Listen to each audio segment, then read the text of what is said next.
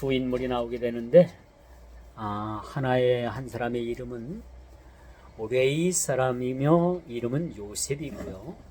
또 그 사람을 바나바라라고도 그렇게 이야기를 합니다. 그렇죠? 요셉이라고 하는 바나바, 또 아나니아라고 하는 사람이 그렇게 등장을 하게 되죠. 이 두 사람이 등장을 하게 되는데 참 비교가 되죠. 우리가 좀 비교하는 건 참 어찌 보면 우리가 비교를 잘못하면은 우리가 불행에 빠질 수도 있어요. 그런데 좋은 비교는 해볼 필요도 있다. 그렇죠? 우리가 믿음의 선한 경주를 갖는 것에 있어서 서로 비교는 참 좋은 거예요. 근데 내가 잘나느냐 서로 비교를 하게 되면 싸움이 일어납니다. 싸움이 일어나요. 그렇죠? 내가 잘났느냐 내가 잘났느냐, 또 왜 저 사람은 되고 나는 안 됩니까? 이런 비교를 하잖아요. 여러분, 우리의 첫사람 첫조상 아담과 하와가 하나님에 대해서 그런 불만을 갖게 돼요. 왜 중앙에 있는 실과 선악과는 하나님은 왜 그거는 하나님께서 주관하셔도 되고 왜 우리는 안 됩니까? 그런 불만이 마음속에 있었겠어요? 없었겠어요? 있었어요. 이 사람이라는 동물이 아주 이상한 동물이에요. 하지 말라고 하면 마음속에 하고픈 욕망이 일어나게 돼요. 참 그렇죠? 그래서 하나님께서는 중앙 동산에 있는 실과 가운데 너희들이 다 어떤 실과는 다 먹어도 괜찮아. 그러나 중앙 동산에 있는 선악을 알게 하는 이 나무에 달린 이 열매만큼은 너희들이 보지도 말고 만지도 말고 하여튼 가까이 하지 말라고 했는데 이걸 금단의 열매로 딱 정해놓고 나니까 이 아담과 하와가 불만이 생긴 거예요. 어떤 불만인지는 압니까? 왜 하나님은 그것이 되고 왜 우리는 안 됩니까? 라는 불만을 가져요. 그런 불만을 가지고 있을 때 누가 찾아와요?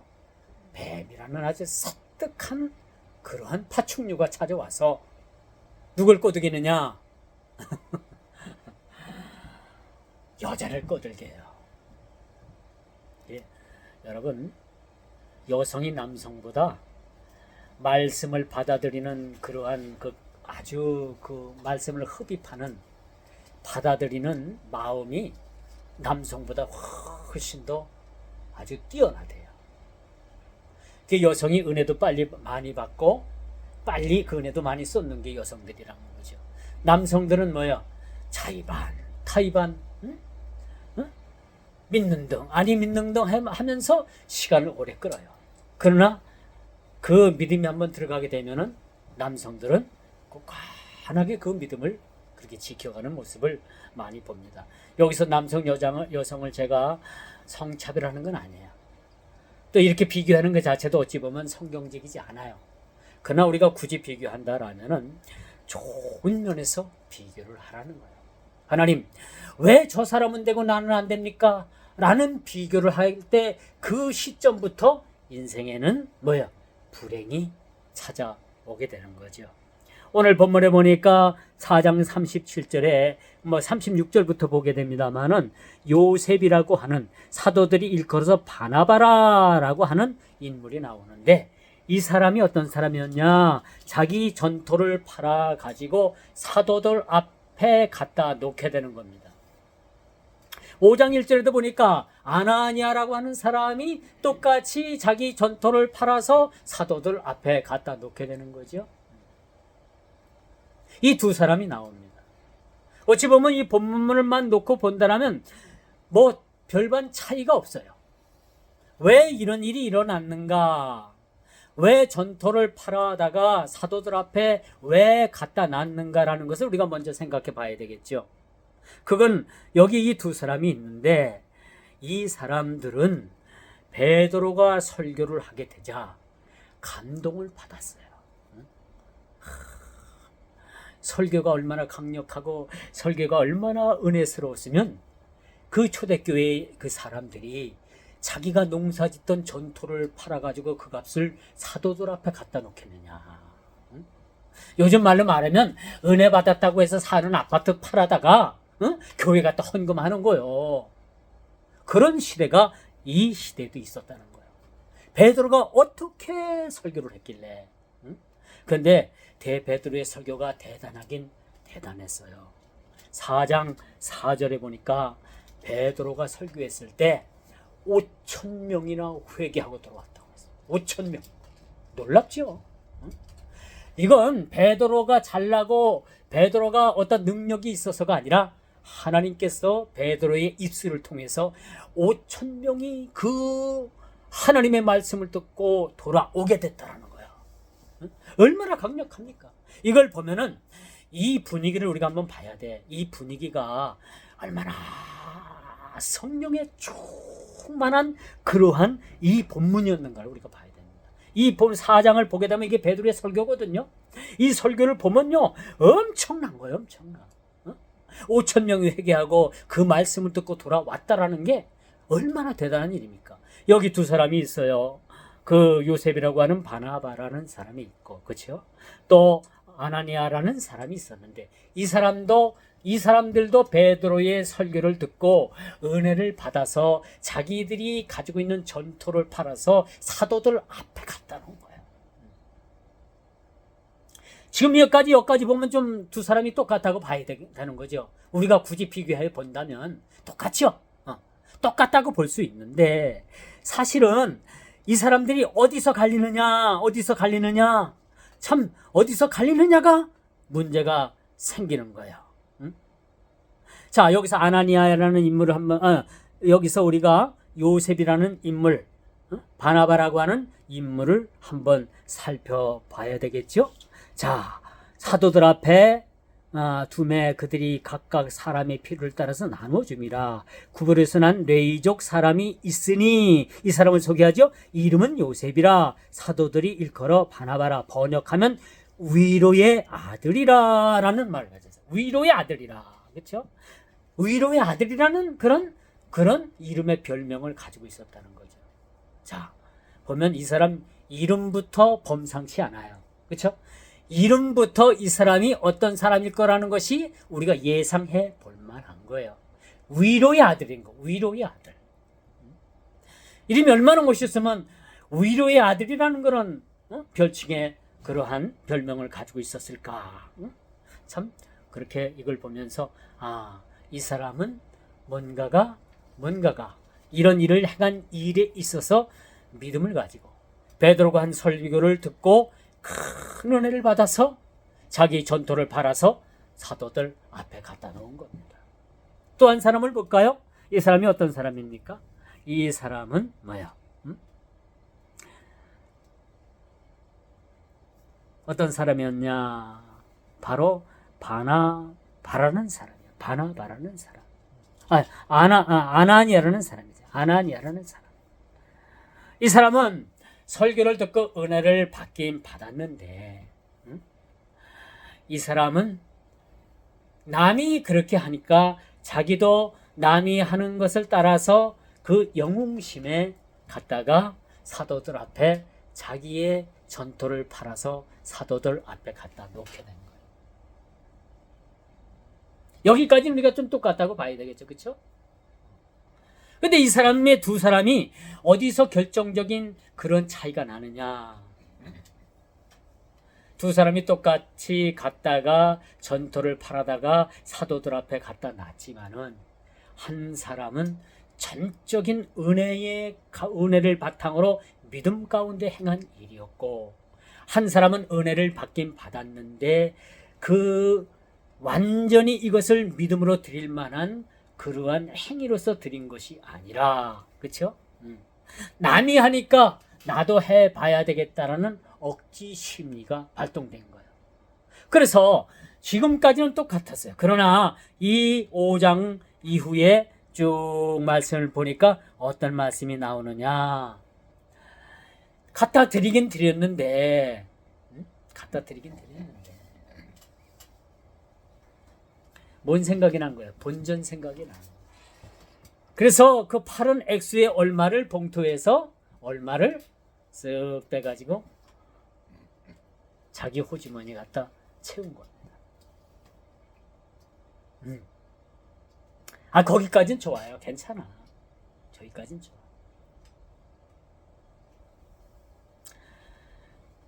그렇게 이제 마음이 그렇게 결정됐다면 사도들 앞에서 내가 여차저차해서 이렇게 보니까 나도 사실 쓸 일이 있고, 아이고 거기 어디 뭐 가게 가서 외상진 것도 갖다 갚아야 되고, 그래서 이제 그렇게 얘기를 하고 다시 돌려가면은 문제가 생기질 않는 거예요. 그렇죠?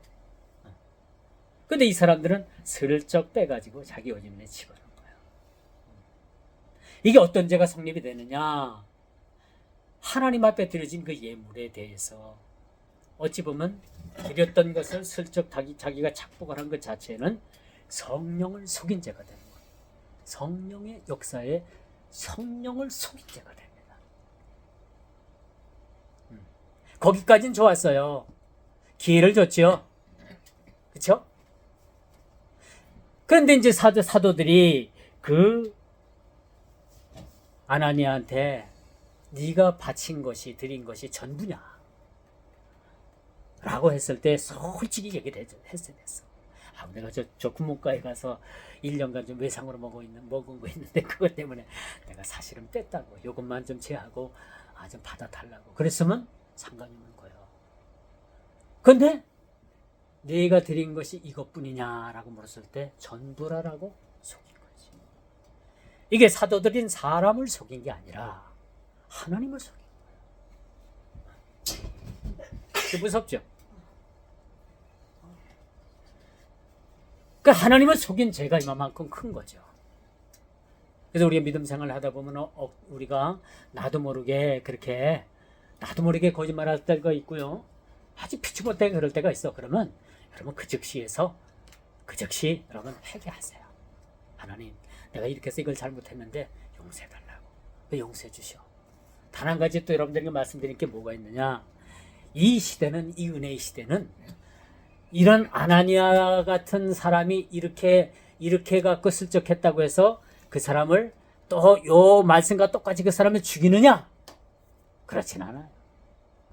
하나님은 똑같은 방법으로 이렇게 또 사람을 죽이질 않아요.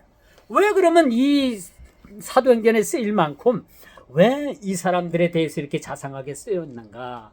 우리가 한번 생각해 볼 필요가 있잖아요. 그렇죠? 왜 그랬을까? 여러분 한번 생각해 보세요. 왜 그랬을까? 성경은 이 사건을 쓴 것으로 하나의 사건을 통해서 이 글을 읽는, 이 말씀을 읽는 이 후대의 사람들에게 교훈을 주기 위함인 거예요. 응? 이렇게 해서 이 사람이 죽임을 당했으니까 너희들도 이것을 읽고 마음에 느껴라는 얘기죠. 너희들도 똑같이 하면 이렇게 죽는다라는 얘기가 아니에요. 지금 이렇게 해도 안 죽어요. 하나님 안 죽이십니다. 이 성경에 이 아나니아라는 사람 한 사람으로 족한 거예요. 한 사람으로 본보기를 보인 겁니다. 그렇다고 우리가 그렇게 슬쩍 하면 된다 안 된다? 그건 아니죠. 그렇게 한다라는 어떤 여러분들이 뉘앙스를 받았다면 그 말씀에 여러분들이 곡해한 거예요. 잘못 이해한 거예요. 이렇게 본보기를 보여주는 것은 성령을 속인 죄가 얼마나 이것이 큰 것인가라는 것을 보여주고 있어요. 저도 한 가지 여러분들에게 한번 제 말씀을 한번 드릴게요. 이게 자랑이 절대 아니에요. 하나의 가정이고 지나온 일이었기 때문에 제가 여러분들에게 서슴없이 말씀을 드리고, 제가 이것 때문에 뭐 우쭐해서가 아니라 뭐 이것 때문에 내가 자랑이 아니라 절대 그건 아닌데, 이 말씀이 조금 연관이 되니까 말씀을 드리는 거예요. 저기 시골에서 이제 교회를 짓기 위해서 집을 팔았어요. 집을 팔고 집터를 팔고, 뭐 시골에 뭐 터값 아니에요. 그때 한참 부동산 붐이 일어났을 때 시골 터가, 우리 집 터가 80년도에 평당 20만 원을 받았어요. 20만 원. 그게 한 500평 정도 됐어요.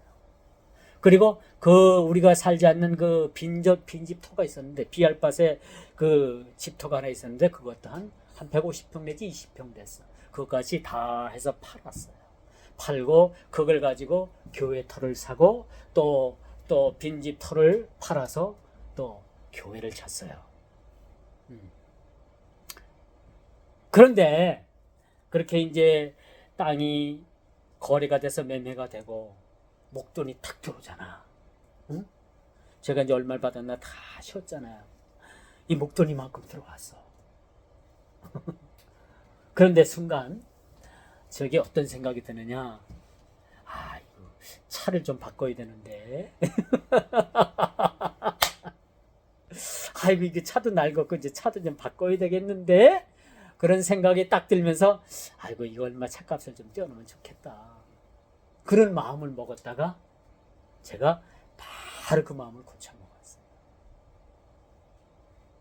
왜 그랬을까요?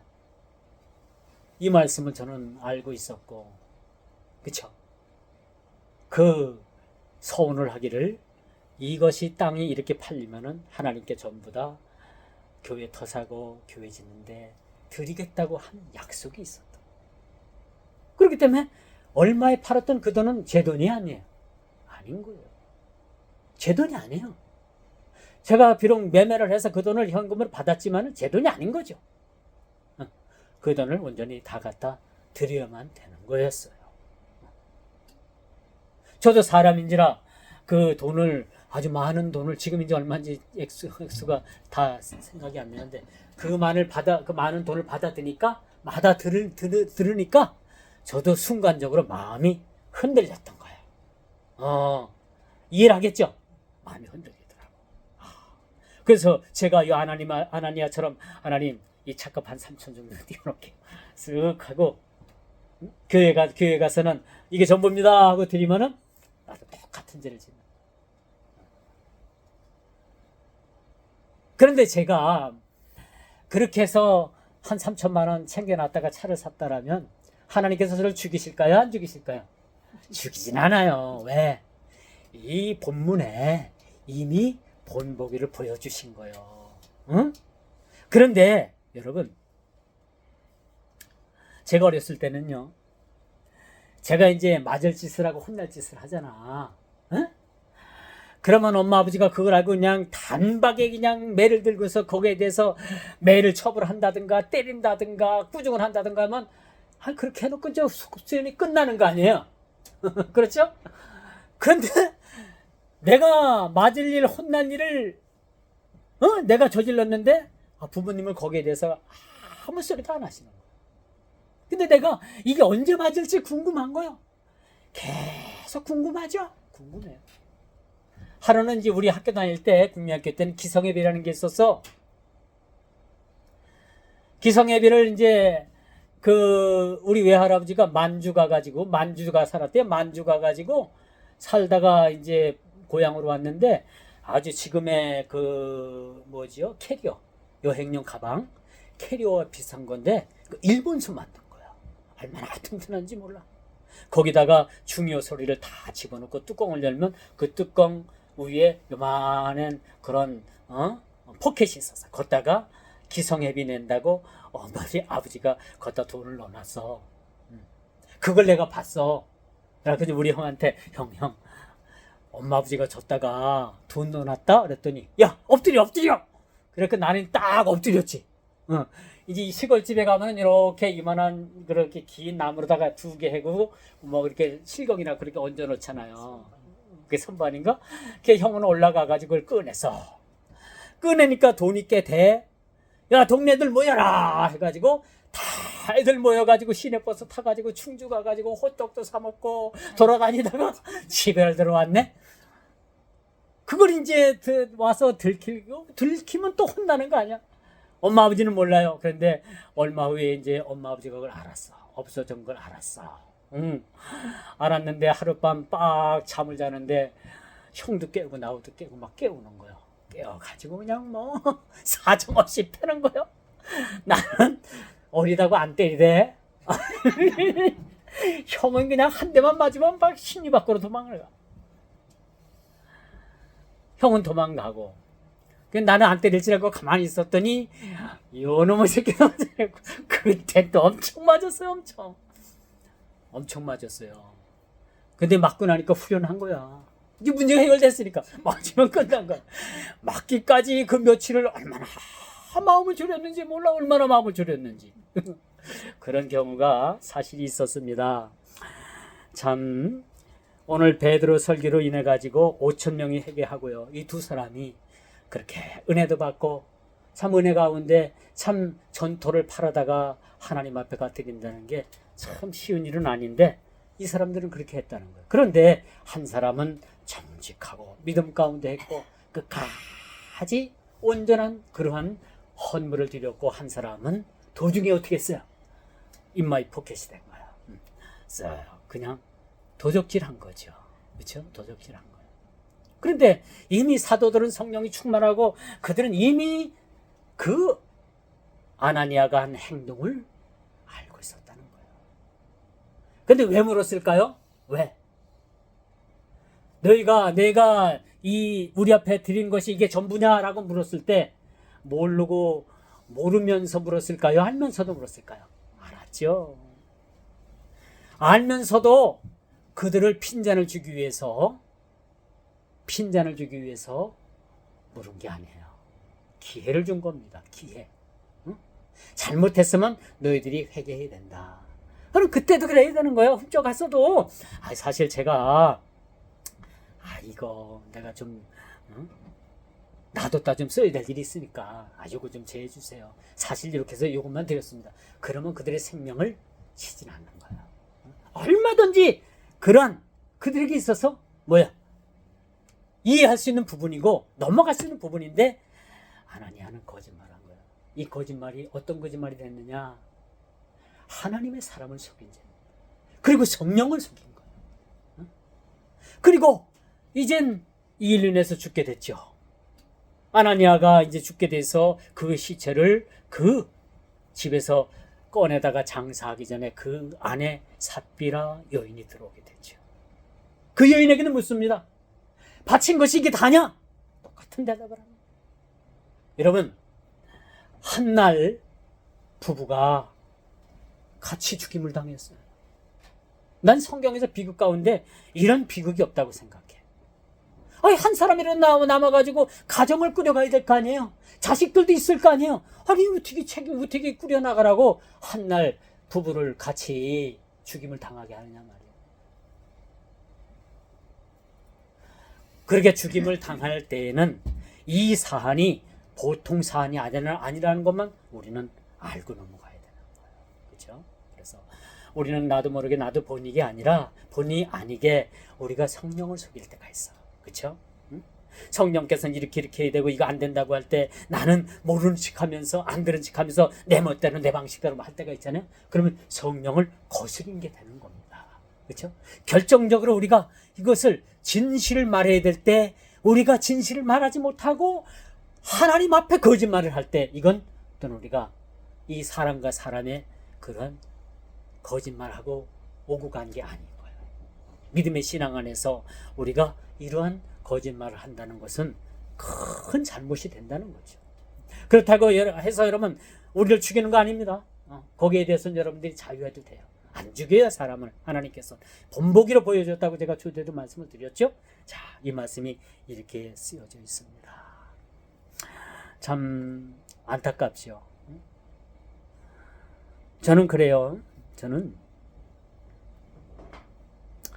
성도들이 드리는 헌금은 강단에서 그 액수가 얼마가 됐든 간에 참 목사는 그 헌금 봉투를 볼 때마다 그런 생각이 들어요. 저는 물론 다른 분은 어쩐지 모르지만 그 헌금 봉투에 여러분의 피와 땀이 그렇게 묻어 있어요. 저는 늘 그 생각을 합니다. 잊어먹었다도 그런 생각을 해요. 우리 성도들이 이 헌금을 드릴 때는 이 헌금이 피와 땀이 여기에 이 헌금 봉투에 묻어 있고 이 헌금에 묻어 있다는 걸 저는 늘 그렇게 염두에 두고, 저는 제가 설교만큼이나 여러분 헌금에 대해서 아주 여러분 열심을 가지고 기도하는 거 알죠? 여러분들이 제 헌금 기도하는 걸 보면서 목사님은 그렇게 헌금 기도를 그렇게 열심히 하실까? 의심하시는 분들도 있는데 사실은 그 헌금이 그렇게 중요하기 때문에 제가 그렇게 기도를 하는 겁니다. 바라바는요 끝까지 감사하는 마음으로 드렸고요. 아나니아는 드리긴 드렸어요. 어떻게 보면 모양은 똑같이 보여. 모양은 무늬는 똑같이 보이지만은 결국은 끝에 가서의 결국은 판약에 달라 있는 모습을 우리는 간과해서는 안 되는 겁니다. 그래서 여러분, 우리가 끝까지 마음을 굳건하게 견고하게 그렇게 끝까지 가져갈 수 있다는 게 사실 필요합니다. 응? 그래서 여기 사실 제가 그런 생각도 해요. 제가 이제 여러분들에게 무슨 말을 해도 여러분들은 넘어지진 않겠구나. 그쵸? 넘어질 거예요? 아이고, 우리 목사님 또 이런 말씀 하시네. 에이, 내일부터 교회 안 나와. 제가 볼 때 이제 적어도 그런 신앙은 이제 다 뛰어넘은 것 같아요. 그쵸? 그렇기 때문에 오늘 이런 설교를 할 수 있는 것도 어찌 보면, 아니 목사님 뭐 또 궁색하신가? 헌금 강요하시나? 그렇게 여러분들이 생각하고 설교를 듣지는 않았겠지만은 행여나 그렇다면은 오해라는 말씀을 드릴 수가 있어요. 왜? 저는 여러분들에게 이런 말씀을 잘 가르치고 끝까지 천국 가서 여러분들 그래도 우리 목사님 잘 가르쳐 주셔서 우리 여기 와서 다 함께 얼굴 보내요. 그러면 된 거예요. 그렇죠? 그러면 된 거지. 제가 여러분들에게 뭘 바랄 게 있습니까? 그리고 여러분들은 저에게 뭘 바랄 게 있겠어요? 그렇죠? 잘 가르쳐 주고 여러분들이 잘 가르침을 받고 여러분들이 명품 신앙이 되어서 하나님 앞에 섰을 때는 그 명품 신앙을 가지고 많은 열매를 가지고 우리 목사님이 이렇게 가르쳐 주셔가지고요 우리가 이런 많은 열매를 맺었어요. 그렇게 주님 앞에 내놓으면은 여러분 칭찬하겠습니까? 책망하겠습니까? 칭찬하겠죠. 바로 그런 일들입니다. 이렇게 전투의 값이 들여진 결과 하나님께서는 기뻐하시는 예물이 있고 또 이 분위기 때문에 들여서 중간에 슬쩍한 착복한 그런 예물이 있습니다. 여러분 같으면 어떻게 했어요? 여러분 자식들이 여러분들을 꼭 물질이 아니더라도 어떤 중대한 일을 통해서 여러분과 꼭 상의를 해야 되는데 감추고 상의도 하지 않고 거짓말하면 부모 마음이 어때요? 응? 부모 마음이 아프죠. 아파요. 저는 분명히 나한테 얘기를 하면 문제를 내가 좀 해결해 줄 수 있고 도와줄 텐데 말도 안 하고 뭘 물으면 아니라고만 하고 그렇죠? 알고 있는데도 뻔히 얘기하면 아니라고 거짓말하고 그러면 그 부모가 어때요? 답답하잖아요. 답답하고 이게 하나님의 마음을 우리가 여기서 한번 읽어볼 수 있어요. 자, 또 하나는 하나님은 물질이 없는 하나님이 아니야. 우리가 뭘 드렸든 얼마를 드렸든 하나님은 우리가 얼마를 드린 액수에 따라 가지고 하나님의 호주머니가 비었다 늘어났다가 아니야. 하나님은 이 오주 만물의 주인이시기 때문에 우리가 얼마를 드렸든 간에 하나님은 늘 물질의 주인이신 거야. 우리 생명의 주인이신 겁니다.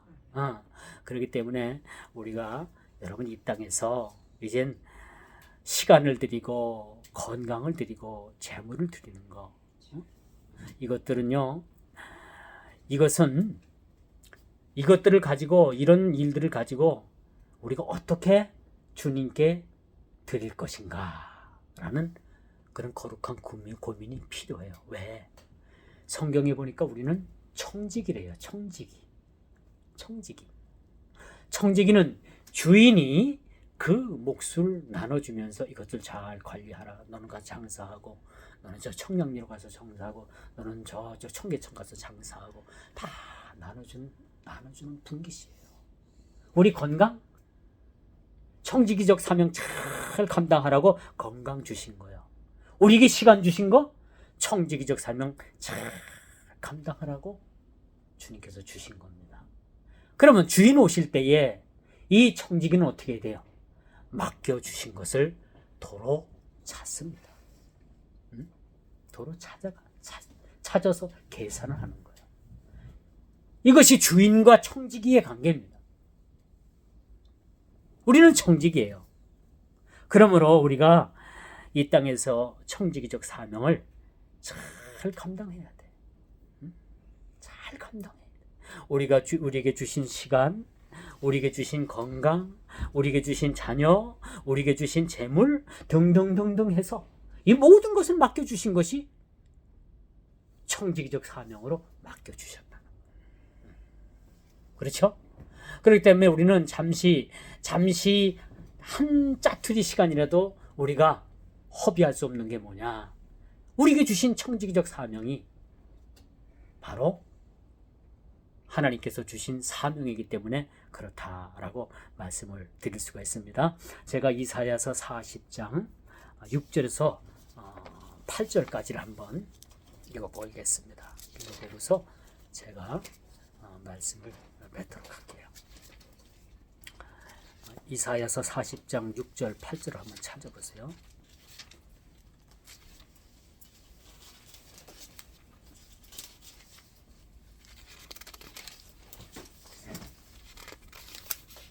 다 찾았었죠? 제가 읽겠습니다.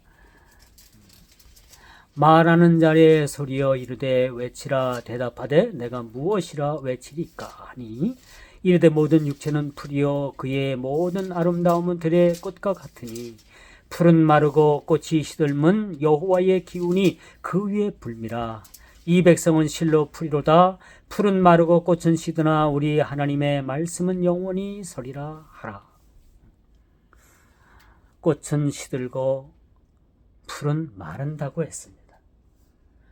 꽃이 시들고 풀이 마르기 전에 우리는 우리에게 맡겨진 일들을 충성으로 감당하고 주님 앞에 섰을 때는 잘했다 충성된 종들아 라는 그런 주님의 인정함을 받는 우리 모두가 다 되기를 주님의 이름으로 축원드리겠습니다. 기도합니다. 주님 감사합니다. 오늘도 주님 참으로 두 인물을 비교했습니다.